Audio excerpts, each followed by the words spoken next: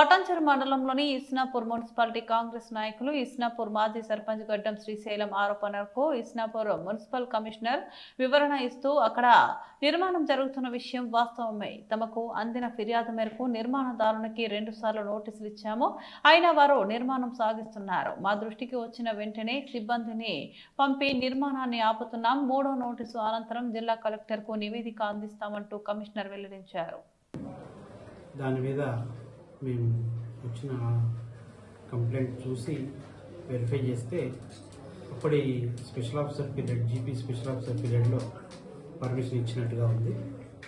అయినా వెరిఫై చేయడానికి దానికి మేము నోటీస్ ఇవ్వడం జరిగింది.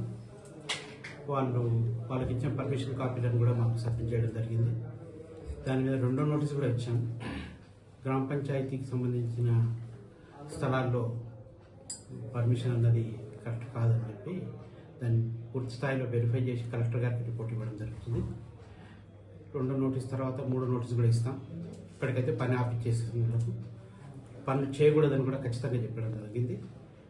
అది నిజంగా గ్రామ పంచాయతీకి సంబంధించి మున్సిపాలిటీ ప్రాపర్టీ, అది ఏ స్థాయిలో కన్స్ట్రక్షన్ చేసినా దాని మీద చర్యలు తీసుకోవడం అనేది జరుగుతుంది. ప్రభుత్వం ప్రజలకున్న ఆస్తులను అయితే ఏమాత్రం వదిలిపెట్టే ప్రసక్తే లేదు. దాన్ని తప్పకుండా ఆల్రెడీ కొన్ని ఇల్లీగల్ కన్స్ట్రక్షన్స్ మీద మేము దాదాపు నోటీసులు ఇవ్వడం జరిగింది. కొన్నిటి మీద చర్యల కోసం కూడా మేము డిస్ట్రిక్ట్ ఎన్ఫోర్స్మెంట్ ఆఫీసర్ పంపించడం జరిగింది. ఇది కూడా అదే రకంగా ఇల్లీగల్ ఉంటే తప్పకుండా చర్యలు తీసుకుంటాం. నోటీసులకు ఎలాంటి రిప్లై లేదా సార్? ఉంటుంది, రిప్లై ఇస్తున్నారు. కానీ ఆ రిప్లై మీద మా సాటిస్ఫాక్షన్ ఉండాలి. దాని రిప్లైస్కు ఏవైతే వాళ్ళు సబ్మిట్ చేస్తున్నారో వాటిని వెరిఫై చేస్తాం.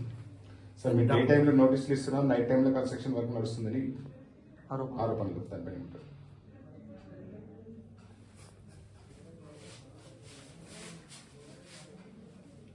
ఒకసారి